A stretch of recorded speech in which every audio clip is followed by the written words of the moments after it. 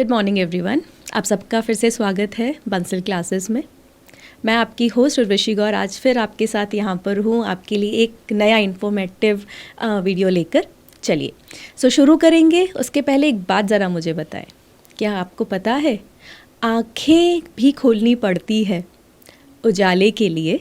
आँखें भी खोलनी पड़ती है उजाले के लिए, सिर्फ सूरज के निकलने से अंधेरा नहीं जाता। तो आपको पता होना चाहिए कि हमारी आँखों की इम्पोर्टेंस हमारी लाइफ में कितनी है, और इन्हीं आँखों की इम्पोर्टेंस के बारे में आज का पॉडकास्ट कम्प्लीटली डेडिकेट होने वाला है। और इसी बारे में बात करने के लिए आज हमारे साथ मैं वेलकम करना चाहूँगी, हमारे साथ आज पॉडकास्ट रूम में अवेलेबल हैं डॉक्टर एस.के. पांडे सर, जो कि एक वर्ल्ड लेवल पर, इंटरनेशनल लेवल पर एक वेल नोन चेहरा है जब बात की जाए ऑप्थेमोलॉजी की। So we have doctor S K. Pandey sir with us, the well known international ophthalmologist. So sir आज हमें बताने वाले हैं बहुत सारी बातें, कुछ इन्फॉर्मेटिव थिंग्स जो कि एज अ स्टूडेंट भी आप सबको पता होनी चाहिए हमारी आइज़ से रिलेटेड और उनकी हेल्थ के बारे में। चलिए सर सबसे पहले तो वेलकम टू बंसल क्लासेस। और थैंक यू। हम बहुत क्या कहें, बहुत थैंकफुल हैं आपके कि आपने अपने बिजी शेड्यूल में से आज टाइम निकाला हम सब के लिए और हमारे स्टूडेंट्स के लिए, ताकि जो रेगुलरली हमें स्टूडेंट्स के क्लास में भी क्वेश्चंस आते हैं रिगार्डिंग आइज़ और उनकी हेल्थ और किस तरह से बच्चे उन चीज़ों का ध्यान रख सकें। तो आज सब कुछ मेरे पास आपके लिए बहुत सारे क्वेश्चंस हैं, तो आज उन क्वेश्चंस को हम डिस्कस करने वाले हैं। पर सर शुरू करने से पहले जैसे कि मैं चाहूँगी आप बच्चों को अपना इंट्रोडक्शन दें और कुछ आप अपने बारे में उन्हें बताइए। नमस्कार, मेरा नाम डॉक्टर सुरेश कुमार पांडे है और मैं पिछले लगभग 20 वर्षों से कोटा में सुविनेत्र चिकित्सालय के माध्यम से कोटा और हाड़ौती की जनता को नेत्र चिकित्सा क्षेत्र में अपनी सेवाएं दे रहा हूं। और ये मेरा परम सौभाग्य है कि मुझे कोटा आने के पश्चात अनेकों व्यक्तियों का आशीर्वाद मिला, जिनमें से आदरणीय लेट श्री वी.के. बंसल साहब भी उनमें से एक थे। और यह आशीर्वाद मुझे आज मैंने संभाल के रखा है। उनका एक जो आशीर्वचन, इसका टाइटल ही आशीर्वचन, आभार आशीर्वचन के नाम से। तो I feel blessed to be blessed by so many dignitaries of the Kota। और जैसा कि उर्वशी मैम ने बताया आँखों के बारे में, तो आँखें केवल हमारा एक दर्पण ही नहीं है, ये हमारे नज़रिए को परिभाषित करती है, हमारे एटीट्यूड को परिभाषित करती है। और किसी ने खूब कहा है कि बदला जाए दृष्टिकोण तो इंसान बदल सकता है, बदला जाए दृष्टिकोण तो इंसान बदल सकता है, दृष्टिकोण के परिवर्तन से अरे जहां बदल सकता है, कुछ भी नहीं असंभव होता, nothing is impossible in this world. जब संकल्प किए जाते हैं, संकल्पों को जब साहस के उन्नत चरण दिए जाते हैं, बाधाओं की क्या बिसात जब, बाधाओं की क्या बिसात जब रुख तूफान बदल सकता है, बाधाओं की क्या बिसात जब रुख तूफान बदल सकता है। तो ये चंद पंक्तियां मैं आदरणीय लेट श्री वी.के. बंसल साहब के लिए, उनके एटीट्यूड के लिए, उनके नज़रिए के लिए, उनकी विल पावर के लिए, उनके परसिवरेंस के लिए समर्पित करते हुए आज की बात स्टार्ट करता हूँ। और आँखों के बारे में जैसा कि आपने बताया कि आँखें हैं तो जहाँ हैं, eyes are window to the body, eyes are window to the soul. और आँखों का रोल इस जीवन में बहुत ही महत्वपूर्ण है। और हमारी आँखें हमारे जीवन का जीवंत प्रतीक हैं, हमारी आत्मा का दर्पण है। और हमें हमेशा आगे बढ़ने के लिए कोचिंग में पढ़ाई करते हुए सफलता के चरम स्थान पहुंचने के लिए अपनी आंखों का ख्याल रखना भी बहुत ही ज़रूरी है। जी सर, तो धन्यवाद आपके इन अनमोल शब्दों के लिए। सर स्टूडेंट्स के बहुत सारे क्वेश्चंस हैं मेरे पास, बट उस सबसे पहले if I am not wrong कि आपने भी अपनी journey as a medical aspirant ही शुरू की है, तो सर थोड़ा सा बैक में चलते हैं और सबसे पहले उस बारे में बात करते हैं कि एज अ स्टूडेंट आपकी जर्नी कैसी रही। और मतलब क्या जैसा स्ट्रेस बच्चे आज बोलते हैं कि बड़ा स्ट्रेस है पढ़ाई का, इतने सारे सब्जेक्ट्स करने, क्या उस वक्त भी ऐसा ही कुछ हुआ करता था?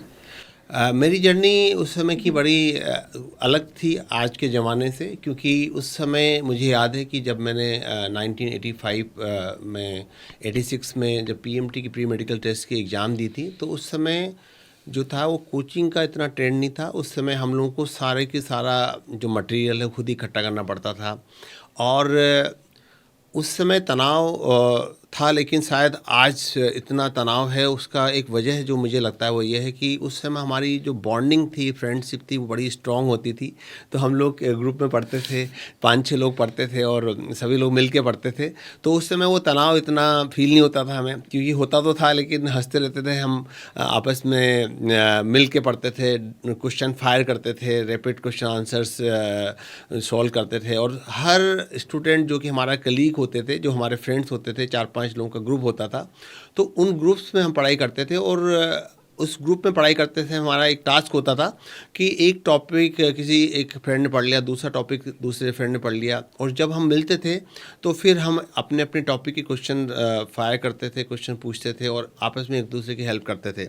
तो आज जो सबसे बड़ा परिवर्तन मैंने देखा है वो ये देखा कि बच्चे एकाकी हो गए हैं, ग्रुप डिस्कशन की परंपरा लुप्त सी होती जा रही है, फ्रेंडशिप जो है कम होती जा रही है, और इसीलिए शायद उनके तनाव लेने की जो कैपेबिलिटी है वो भी कम हो गई है। तो सबसे बड़ा चेंज जो मैंने देखा आज वो है कि जैसे हमारी टेक्नोलॉजी बढ़ी, हमारा जो आज हमारे पास स्मार्टफोन हैं, लैपटॉप्स हैं, टैबलेट्स हैं, तो जो टेक्नोलॉजी बढ़ी तो उसके कारण उसका एक डाउन साइड देखने को मिला कि हम अपनों से ही दूर हो गए।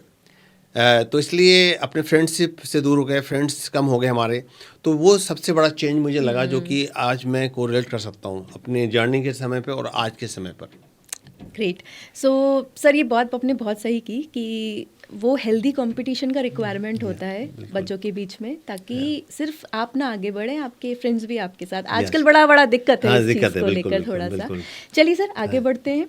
सो ये तो आपकी जर्नी के बारे में था। उसके बाद then you started with the Suvi eye hospital. तो सर, शुरू से ही था कि आप ऑप्थेमोलॉजिस्ट बनना चाहते हैं? हाँ, ये बहुत अच्छा सवाल पूछा आपने। मेरी पढ़ाई लालटेन में हुई थी। मैं एक छोटे से गांव में रहता था जहाँ मेरी पढ़ाई हुई, लालटेन में पढ़ाई की।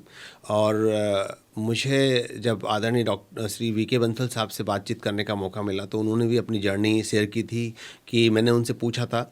तो बड़ा इंटरेस्टिंग एस्पेक्ट है कि जब मैं पढ़ाई करके और जब मेडिकल स्कूल में मैं गया तो मेरा शुरू से ही सपना था एक डॉक्टर बनने का, और ख़ास तौर से आई डॉक्टर बनने का। क्योंकि मेरे दादाजी लेट डॉक्टर कामता प्रसाद पांडे जो कि बलिया में काम करते थे, और बागी बलिया मूवमेंट जब हुआ था, जब फ्रीडम मूवमेंट हुआ था 1942 की, जब अगस्त की क्रांति हुई थी, तो वो राजस्थान आ गए थे, बलिया उत्तर प्रदेश से। और इसी जब मैं बचपन में छोटा था तो उस समय देखता था मैं उनको कि उनको कितना रेस्पेक्ट मिलता था। जब लोग ब्लाइंड लोग आते थे, अंधे लोग आते थे, तो उनका जैसे वो ऑपरेशन करते थे, उस समय लेंस लगाने की परंपरा नहीं थी। केवल मोटा चश्मा, जिसको हम अफ्रीकी ग्लासेस कहते थे, +10 डायप्टर का मोटा चश्मा, तो वो चश्मा लगा के जब वो उनको दिखने लगता था, जब कोई बिल्कुल ही ब्लाइंड आदमी दिखना बंद जिसको हो गया है और उसको दिखने लगता था, तो उसके चेहरे पे जो खुशी होती थी और जो रेस्पेक्ट उनको मिलता था, तो मुझे भी लगा कि मैं भी एक डॉक्टर बनूंगा और मुझे भी एक आई डॉक्टर बन के इस तरह से काम करना है। तो वो जुनून, वो जज्बा, वो पैशन, वो एक फायर जो थी वो शुरू से मेरे मन में थी। और उसी फायर के चलते फिर मेरे मार्ग में जो भी कठिनाई आई, जो भी चैलेंजेज आए, जो भी डिफ़िकल्टी आई, वो मुझे अपने पैशन के आगे बोने प्रतीत हुए, एक कम छोटे प्रतीत हुए। तो इसलिए मेरा बचपन से सपना था कि मैं डॉक्टर बनूं और डॉक्टर बन के लोगों की आंखों में रोशनी का उपहार बांट सकूं। Great sir. सो मतलब आप जैसे डॉक्टर ही आजकल के जो बच्चे हैं उनके लिए एक रोल मॉडल हैं कि अगर हम चाहें कुछ पाना तो फिर तो हम उसे पा ही सकते हैं, बस उसके लिए मेहनत ही तो करनी है। सर, कुछ सवाल मैं ये पर्सनल सवाल पूछना चाहूँगी बेसिकली, कि घर पर कभी ये बात बहुत ज़्यादा सुनी है, जैसे मेरे ग्रैंडफादर ये वाली बात बोलते हैं, मुझे आपकी बात से ग्रैंडफादर के बारे में याद आया, अरे अब तो वैसी आंखें रही नहीं हैं, अब जब हमारी आंखों के बारे में बात करोगे, अरे हमारी आंखें तो बड़ी हेल्दी हैं। क्या सर सच में ऐसा है कि समय के साथ आंखों की जो आइज़ की जो हेल्थ है, जो विजन पावर है, वो डिक्रीज होता जा रहा है? ये बिल्कुल आपने बहुत अच्छा सवाल पूछा। हमारी आँखें एक प्रकृति का सबसे बड़ा तोहफ़ा है, देन है। और सबसे महत्वपूर्ण बात आज की पीढ़ी में ये देखने को आ रही है कि हमारी आँखें जो है, आज की पीढ़ी में जो आँखों में चेंज आ रहा है वो ये आ रहा है कि बढ़ते हुए स्मार्टफोन के कारण और आर्टिफिशियल लाइट के कारण जैसे आपने देखा होगा कि जब आपके ग्रैंडफादर की आपने बात की, तो उस समय हमारे यहाँ कई बार 50 साल पहले इंडिया में लाइट नहीं होती थी इतनी, तो हम लोग नेचुरल लाइट में के हिसाब से हमारी बायोलॉजिकल क्लॉक चलती थी, जैसे सुबह रात को जल्दी सोना, सुबह जल्दी उठना। और आज आर्टिफिशियल लाइट, ये जो लाइट देख रहे हैं आप, आर्टिफिशियल लाइट, इससे सीधा संबंध आँखों की मायोपिया से है। तो मायोपिया यानी कि माइनस का चश्मे का नंबर, यानी कि निकट दृष्टि दोष आज बच्चों में इतना कॉमन हो गया है कि हर तीसरे बच्चे को चश्मे का माइनस नंबर लगा है। और Hong Kong, Singapore, south Korea, Japan, China, Thailand, ऐसे देशों में तो 90% बच्चों को मायोपिया है। और इस मायोपिया को रोका नहीं गया तो 2050 तक विश्व की आधी आबादी यानी कि 5 billion people will suffer from myopia. तो आपका सवाल बिल्कुल सही था कि आँखों में क्या चेंज आ रहा है। तो हमारी आँखों में ये चेंज आ रहा है कि आज हम बदलते परिवेश में हमारी सारी की सारी जो जीवन हमारा सारा जीवन है वो 1 से 1.5 मीटर के दायरे में सिमट गया है। और जिसके चलते आज बच्चों में मायोपिया यानी कि निकट दृष्टि दोष बहुत तेज़ी से फैल रहा है। भारत में 30 से 40% बच्चे मायोपिया के से ग्रसित हो रहे हैं। इसके साथ ही साथ बढ़ते टैबलेट और स्मार्टफोन, कंप्यूटर के बढ़ते उपयोग के कारण डिजिटल विजन सिंड्रोम या कंप्यूटर विजन सिंड्रोम जैसी बीमारियां बहुत कॉमन हो चुकी, जिसके चलते आंखों में ड्राइनेस, आंखों में चुभन होना, सिर दर्द होना और आई फटीग होना आदि समस्याएं बहुत कॉमन हो चुकी हैं। जी सर, बिल्कुल। मैं इस बारे में ही पूछना चाह रही थी सर, जैसे आपने कहा मायोपिया के बारे में। So not only myopia, hypermetropia, that is far sightedness and near sightedness, दोनों प्रॉब्लम ही अभी करंट जनरेशन में बहुत ज़्यादा पॉपुलेशन में देखी जा रही है। बिल्कुल, तो मायोपिया सर ज़्यादा कॉमन हो रहा है। आपने एक पॉइंट अभी बीच में बोला, that is about the health. So I health को मेंटेन, हम यहीं से हेल्थ से चालू करते हैं कि सर अगर डिफरेंसेस आ रहे हैं from one generation to the other generation, तो इसमें आई हेल्थ का कितना रोल है? सो एंड उसको मेंटेन करने के लिए करंट जनरेशन क्या कर सकती है? आई हेल्थ, जो जैसा कि मैंने बताया कि eyes are window of the soul, eyes are window of the body, क्योंकि आंखें एक ऐसा अंग है शरीर का जिसमें आंखों का पर्दा होता है, उसमें आप लाइव ब्लड वेसल्स देख सकते हो। आंखों का पर्दा यानी कि रेटिना देखकर आप डायबिटीज़, हाइपरटेंशन आदि अन्य कई बीमारियों का पता लगा सकते हैं। तो eyes are reflective of general health.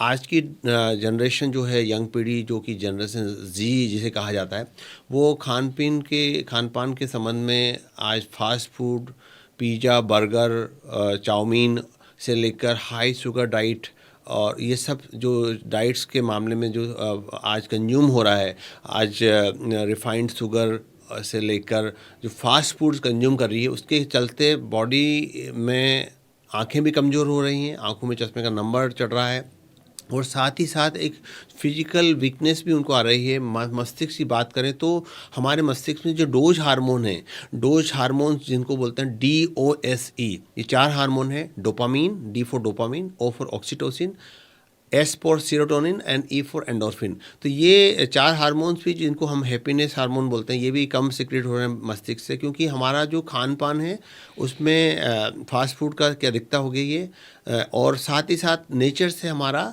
Disconnect हो गया है। तो let us take a pledge. मैं इस पॉडकास्ट के माध्यम से आप सभी बच्चों को, विशेष रूप से बंसल क्लासेस के बच्चों को संदेश देना चाहता हूँ कि let us disconnect from wifi zone and let us reconnect to the nature's zone. Wifi zone से डिसकनेक्ट हो जाएं और नेचर जोन को फिर से अपनाएं, नेचर को फिर से अपनाएं। प्रकृति के सानिध्य में कम से कम संडे के दिन 1 घंटे प्रकृति के सानिध्य में बिताएं, जहाँ पे सनलाइट आपके चेहरे पर, आपकी आंखों पे, आपके शरीर पर सनलाइट, सूर्य का प्रकाश आपके शरीर पर फैले, जिससे कि आपका जो आपकी आंखें हैं वो भी स्वस्थ रहेंगी और मस्तिष्क भी आपका स्वस्थ रहेगा।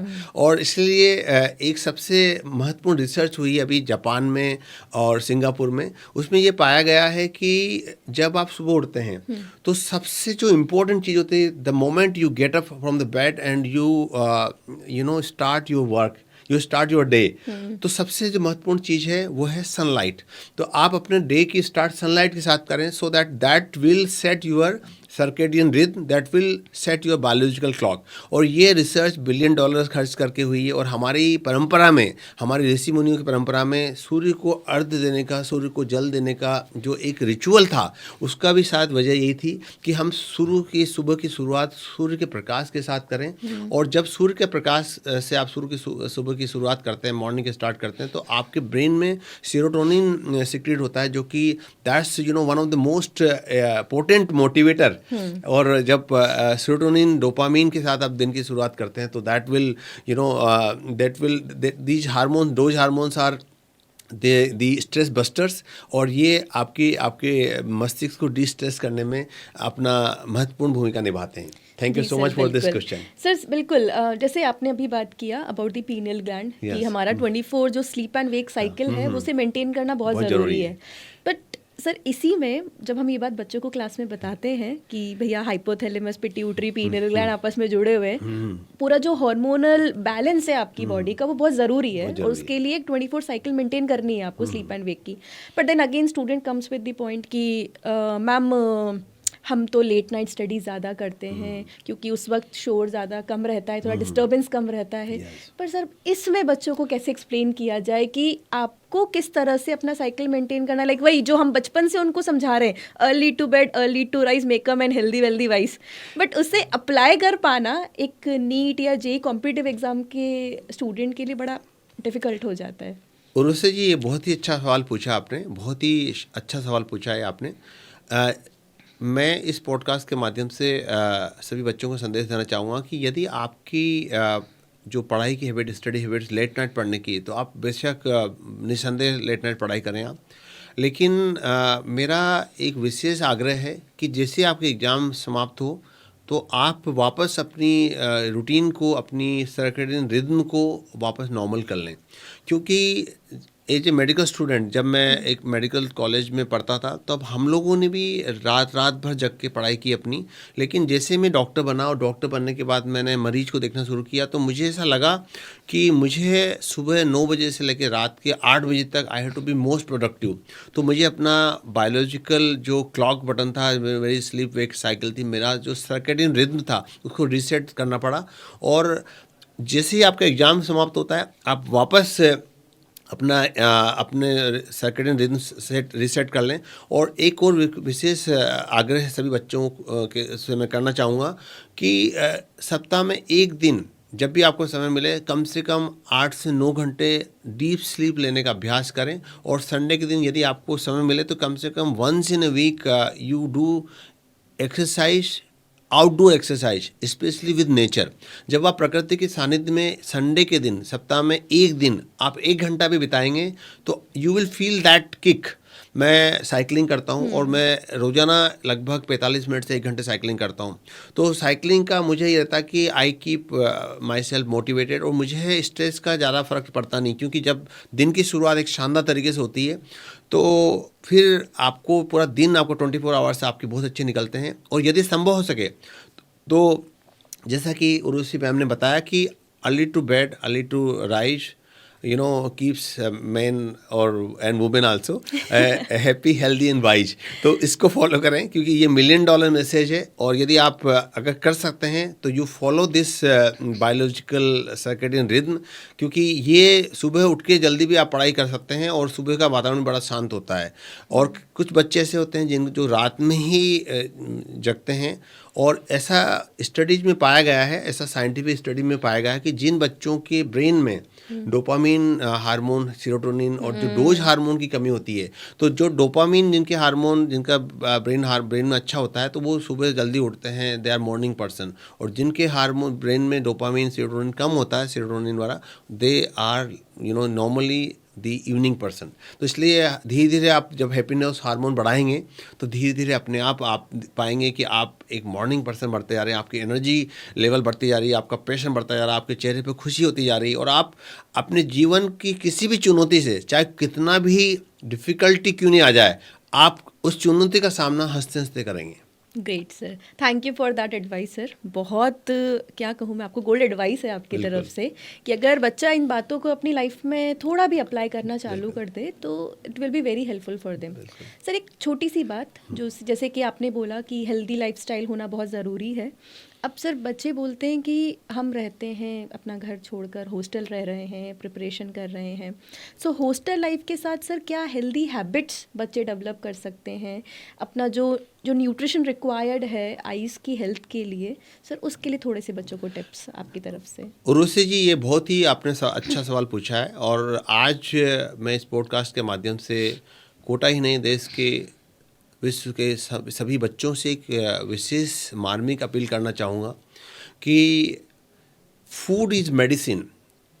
मैंने एक पुस्तक लिखी है, an eye for the sky, और इसमें लिखा मैंने कि मॉडर्न एलोपैथी के जनक हैं जिनका नाम है हिप्पोक्रेटिस, और उनका एक फेमस स्टेटमेंट मैंने लिखा है, मेंशन किया है, फूड इज़ मेडिसिन, यानी कि भोजन ही औषधि है, किचन इज हॉस्पिटल, और किचन ही हमारा हॉस्पिटल है। तो सभी बच्चों से मैं रिक्वेस्ट करना चाहूँगा कि आप आज से ही कोशिश करें कि फास्ट फूड कम से कम लें और धीरे धीरे फास्ट फूड को अलविदा कह दें, क्योंकि फास्ट फूड के निरंतर सेवन से हमारे टेस्ट बड्स, हमारी जो जीभ में जो टेस्ट बड्स होते हैं वो चेंज हो चुके हैं, और आज हमें दूसरा नॉर्मल फूड अच्छा लगता नहीं है। तो एक हैबिट को बदलने में लगभग 3 वीक्स लगते हैं, तो 21 दिन का आप समय दें। 21 दिन में आपके टेस्ट बड्स चेंज हो जाएंगे। फास्ट फूड से नो टू फास्ट फूड, और साथ ही साथ मिलेट्स का सेवन करें। जैसे आप रोटी खाते हैं तो हॉस्टल में भी आप आग्रह करें हॉस्टल वालों को कि वो मिक्स आटे की रोटी देना स्टार्ट करें। मिलेट्स का सेवन करें, जिसमें जो बाजरा, गेहूं, रागी, चना और की इस तरह की जो मिलेट्स हैं वो पॉजिटिव मिलेट्स का सेवन करें। और try to eat lot of fruits and salads. मौसमी फल जैसे अनार, एप्पल, अमरूद, नारंगी, पपीता, केला, इस तरह के जो मौसमी फूड हैं इनका सेवन करें, जिससे कि आप खुद पाएंगे कि आपके शरीर के अंदर, आपके ब्रेन के अंदर एक ऊर्जा का संचार हो रहा है। For example, take example of guava. अमरूद एक is rich source of vitamin C, it's rich source of fibre. And take example of banana, it's very rich source of serotonin. And banana, eating one banana और 2 banana with the milk will give you energy for 2 hours और 4 hours. तो धीरे धीरे वापस हम पुराने 50 साल पहले लौटें कि किस प्रकार से 50 साल पहले हमारे पूर्वज फलों का, सलाद का सेवन करते थे। फास्ट फूड उस समय नहीं था, और फास्ट फूड जब आप लगातार खाते हैं तो हमारे गट के अंदर हेल्दी बैक्टीरिया डैमेज होने लग जाते हैं, और अनहेल्दी बैक्टीरिया एक एनिमी आर्मी पैदा हो जाती है। और मैं एक विशेष संदेश देना चाहूँगा कि हमारा गट और ब्रेन, हमारा पेट और मस्तिष्क दोनों आपस में लिंक्ड हैं, जिसको हम मेडिकल भाषा में गट ब्रेन एक्सिस कहा जाता है। जब आप हेल्दी फूड खाते हैं तो आपके गट में सेरोटोनिन बनता है, जो कि मस्तिष्क को एक पॉजिटिविटी देता है। इसलिए आइए हम संकल्प लें कि हम फास्ट फूड को अलविदा कहेंगे, फ्रूट्स, सलाद का मैक्सिमम सेवन करेंगे, और खाने में पॉजिटिव मिलेट्स के माध्यम से अपनी डाइट को वापस रीसेट करेंगे। And this will take 3 weeks time. इसलिए यदि आप फास्ट फूड एकदम नहीं छोड़ सके तो कोई बात नहीं, धीरे धीरे प्रयास करें, और 3 हफ्ते के अंदर आप देखेंगे कि आपकी टेस्ट बड्स जो स्टार्टिंग बगावत करेंगी, वो धीरे धीरे आप देखेंगे कि वो टेस्ट बड्स ने आपका संकल्प एक्सेप्ट कर लिया है। और ये इससे अच्छा संकल्प नूतन वर्ष का 2026 का हो नहीं सकता। Thank you so much for asking this question. Sir correct है, हम नए साल से कुछ नई शुरुआत कर सकते हैं, और सबसे अच्छी शुरुआत एज एन हेल्थी लाइफस्टाइल और क्या हो सकती है। बिल्कुल। सर आप रेगुलर, मुझे पता है आप मतलब का शेड्यूल बहुत बिजी रहता है, रेगुलर हॉस्पिटल में बहुत सारे पेशेंट्स से आप डील करते हैं। एंड अगर हम कोटा की बात करें तो सर रेगुलर स्टूडेंट्स भी आते होंगे। बिल्कुल। सर जनरली क्या कंप्लेंट्स या फिर कौन सी प्रॉब्लम्स लेके बच्चे आपके पास आते हैं आई रिलेटेड? उर्वशी जी, आपने बहुत ही अच्छा सवाल पूछा। पिछले लगभग 2 दशकों में मैं लाखों स्टूडेंट को देख चुका हूँ, और हमारी रेगुलर ओपीडी में जब कोविड से पहले की बात करूँ तो लगभग 30 से 40 स्टूडेंट पर डे आते थे, और अभी भी 10-12 बच्चे आ ही जाते हैं। मतलब हर हफ्ते कम से कम 40-50 बच्चे हम लोग देखते हैं। तो मैंने एक चीज़ नोटिस करी कि सबसे जो कॉमन कंप्लेंट बच्चों की होती है वो है, सर ब्लैक बोर्ड पर साफ दिखाई नहीं दे रहा है, यानी कि ब्लरिंग ऑफ विजन। दूसरी कंप्लेंट जो हम देखते हैं, हेडेक हो रहा है, आँख में दर्द हो रहा है। तो सबसे पहला हम ये करते हैं कि बच्चों को हम चश्मे का नंबर चेक कराते हैं और जिसका नंबर माइनस का या जो भी नंबर आता है वो हम दे देते हैं उसको, तो ब्लरिंग वाली प्रॉब्लम तो सॉल्व हो जाती है। और इसके साथ में हमने जो सबसे कॉमन प्रॉब्लम देखी वो है हेडेक एंड आई एक। तो हेडेक और आई एक का सबसे जो बड़ा कारण, मैंने बच्चों से जब बात की और जब देखा मैंने, तो वो मैंने ये पाया कि अधिकांश बच्चों का जो स्लीप वेक साइकिल है वो डिस्टर्ब है और बच्चे 8 घंटे सो नहीं पाते। कई बच्चे ऐसे भी हैं जो सुबह 4 बजे या 5 बजे सोते हैं और 8 बजे वापस उठ जाते हैं। उनकी स्लीप ही फ्रेगमेंटेड है, they don't have deep sleep. उसका एक कारण है स्ट्रेस बेसिकली। हाँ, स्ट्रेस भी है और सबसे बड़ा कारण है lake of physical exercise. Lake of physical exercise, क्योंकि अभी बच्चे, जो भी बच्चे हैं वो सब अपनी गाड़ियों से कोचिंग जाते हैं, दे टेक एलिवेटर्स और lift to navigate in the inside the coaching campus. तो इसलिए मैं पॉडकास्ट के माध्यम से सभी बच्चों को संदेश देना चाहूँगा कि आप कोचिंग में जा रहे हैं तो स्टेयर्स का उपयोग करें।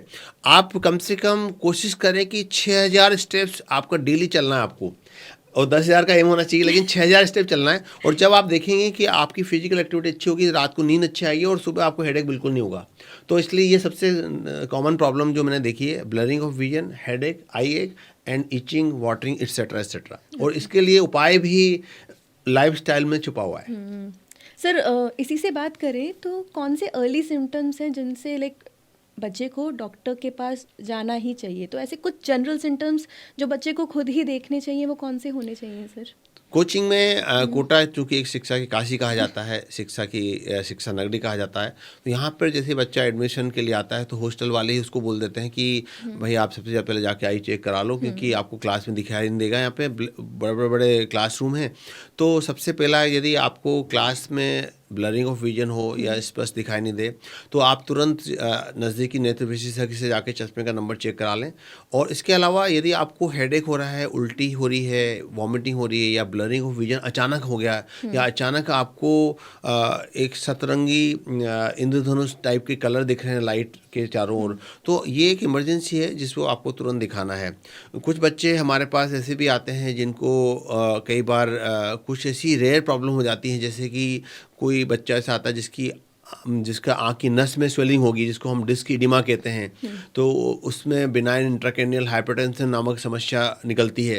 तो ये हाल दो दे आर वेरी रेयर, बहुत रेयर है, लेकिन मैं इस पॉडकास्ट के माध्यम से सभी बच्चों को संदेश देना चाहता हूँ कि अगर आपको अचानक दिखना कम हो जाए या अचानक आपको ब्लरिंग ऑफ विजन हो जाए, अचानक कुछ काला धब्बा दिखाई दे, काले मच्छर दिखाई दें, जिन लोगों को मायोपिया है उनको अचानक पर्दे जैसे शेडो होती है इस टाइप की शेडो दिखाई दे, एक आंखों के सामने कर्टेन दिखाई दे, तो ये लक्षण जो है गंभीर बीमारी के संकेत दे सकते हैं। इसलिए इसी स्थिति में तुरंत नज़दीकी नेत्र विशेषज्ञ से और नज़दीकी फिजिशियन से दिखाएं और साथ ही साथ आंखों की संपूर्ण जांच कराएं। कई बच्चे आज चश्मे की दुकानों पर चले जाते हैं, तो वो संपूर्ण जांच कराएं, उसमें पर्दे की जांच भी शामिल है। इसलिए मेरा रिक्वेस्ट है कि आप क्वालिफाइड आई स्पेशलिस्ट से जांच कराएं और जिससे कि संपूर्ण जांच और पर्दे की जांच यानी कि रेटिना की जांच भी हो सके। करेक्ट। तो सर ने बिल्कुल सही बात की है, अपना डॉक्टर खुद से ना बने और एक स्पेशलिस्ट के पास ज़रूर दिखाएं अगर आपको ऐसा कोई अर्ली सिम्टम नज़र आता है तो। Sir thank you for this. Sir मेरे पास कुछ स्टूडेंट्स के क्वेश्चन है, सो मैं आपका ज़्यादा समय ना लेते हुए I will be taking 60 seconds of you for asking those question. तो मेरा एक स्टूडेंट है प्रणय क्लास में, जिसने मुझसे क्वेश्चन पूछा है, जैसे आप बात कर रहे थे स्क्रीन टाइम रिलेटेड, तो मैम ऑनलाइन टेस्ट होते हैं, ऑनलाइन नोट्स हैं, ऑनलाइन जो मॉक टेस्ट एनालिसिस हैं, हमें टीचर्स के लेक्चर्स ऑनलाइन देखने हैं, तो इनसे स्क्रीन टाइम बहुत ज़्यादा बढ़ रहा है। तो इसके लिए कैसे हम अपने शेड्यूल में चेंजेस करें या फिर कौन सी हेल्दी हैबिट्स को अपनाएं जिससे बेनिफिट मिल सके बच्चों को? उर्वशी जी ये बहुत ही अच्छा सवाल पूछा और मैं प्रणय जी को भी बधाई देना चाहता हूँ, उन्होंने इतना अच्छा सवाल पूछा। स्क्रीन टाइम बढ़ने के कारण हमारी आंखों में ड्राई आई सिंड्रोम या कंप्यूटर विजन सिंड्रोम हो रहा है और जिसके लिए हमें 20-20 रूल अपनाना है। 20 मिनट काम करने के बाद आप 20 फीट दूर तक देखें और 20 सेकंड का ब्रेक लें और कम से कम दिन भर में 15 से 20 बार पानी पिएं, 15 से 20 गिलास पानी पिएं ताकि आपकी आंखें हाइड्रेशन बना रहे और साथ ही साथ आई एक्सरसाइज करें और 20-20-20 रूल का पालन करें। ग्रेट। ये बात सर ने मुझे इनिशियली बताई about this 20-20-20 rule, that is very important. Sir screen size भी क्या मैटर करती है? स्क्रीन साइज बिल्कुल मैटर करती है। मेरा इस पॉडकास्ट के माध्यम से आप सभी बच्चों से गुजारिश है कि आप लैपटॉप का यूज़ करें, मोबाइल फ़ोन का यूज़ जब कोई इमरजेंसी है या आप कहीं ट्रैवल कर रहे हैं तो ही करें, क्योंकि लैपटॉप की स्क्रीन थोड़ी सी चौड़ी होती है तो उसमें आंखों पर स्ट्रेन कम पड़ता है। इसलिए यथासंभव लैपटॉप का या डेस्कटॉप का उपयोग करें। एग्जैक्टली बच्चे क्लास में ऐसा भी क्वेश्चन जब हम कहते हैं कि एटलीस्ट 8 आवर्स की सिटिंग की रिक्वायरमेंट है या 10 आवर्स की सिटिंग की रिक्वायरमेंट है, तो हमसे बोलते हैं मैम 8 से 10 घंटे पढ़ने से क्या हमारी आंखों के ऊपर प्रेशर नहीं पड़ेगा? 8 से 10 घंटे आप पढ़ सकते हैं, कोई इसमें दिक्कत नहीं। बस ये कि पढ़ते समय ब्रेक लेते रहें। कई बार जैसे एक पामोडोरो टेक्निक होती है जिसमें हम कोई भी काम को करते हैं तो 20-25 मिनट या आधे घंटे का हमने काम किया, फिर थोड़ा ब्रेक ले लिया, तो आप 8 घंटे पढ़ाई करें, बस थोड़ा सा ब्रेक लेते रहें, थोड़ा सा चहला कदमी कर लें, थोड़ा वॉक कर लें, बीच में पानी पी लें, और ताकि बीच में आंखों को रिलैक्स कर लें, 20-20-20 रूल फॉलो कर लें, जिससे कि आपकी आंखों का और मस्तिष्क का कंसंट्रेशन बना रहे और आप अच्छी तरह से रिटेन कर सकें। सर, तो क्या स्ट्रेस और एंजाइटी जब बच्चों को होती है, क्या इससे भी आई की हेल्थ के ऊपर फर्क पड़ता है? बिल्कुल, stress is the biggest enemy. Stress एक ऐसी चीज़ है जो कि बॉडी के अंदर कोई भी बीमारी पैदा कर सकता है, except fracture and pregnancy. Stress से कोई भी बीमारी पैदा हो सकती है। Stress can lead to cancer, stress can lead to eye strain, stress can lead to any disease. इसलिए मेरा इस पॉडकास्ट के माध्यम से सभी बच्चों से गुजारिश है कि जीवन में सुबह उठने के बाद में कम से कम आप थोड़ा सा टहल लें, ब्रिस्क एक्सरसाइज कर लें, लंबी सांसें लें। जब भी आपको स्ट्रेस हो, लंबी सांस लें, उसको होल्ड करें और वापस एक्सेल करें, इनहेल करें, होल्ड करें, एक्सेल करें। That is biggest stress buster. और साथ ही साथ कीप योर सेल्फ हाइड्रेटेड, पानी पीते रहें जिससे कि आपकी स्ट्रेस कम से कम रहें। और बीच में जब भी कभी आपको मौका मिले, नेवर फॉरगेट टू लाफ, हंसते रहें, अपने ऊपर हंसें, अपनी कमजोरियों पे हंसें, अपने लिमिटेशंस पे हंसें। और जीवन में जब कभी कोई ऐसी चीज़ हो जाए जो कि जिसकी उम्मीद आपने नहीं की, तो उस पर भी हंस लें, क्योंकि laughter is the best medicine. हंसते रहें, हंसाते रहें, कि हंसना आजकल नई पीढ़ी से एक तरह से अलविदा होता जा रहा है, इसलिए हंसते रहें। स्ट्रेस और एंजाइटी की वजह से तो सबसे अच्छी बात है हंसते रहें। किसी भी चीज़ को बहुत ही सीरियसली न लें, क्योंकि लाइफ में मतलब कोई भी चीज़ ऐसी नहीं है जिसका सॉल्यूशन नहीं हो।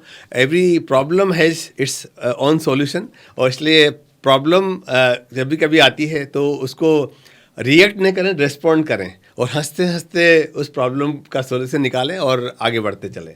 सर, बिल्कुल correct, thank you sir for this.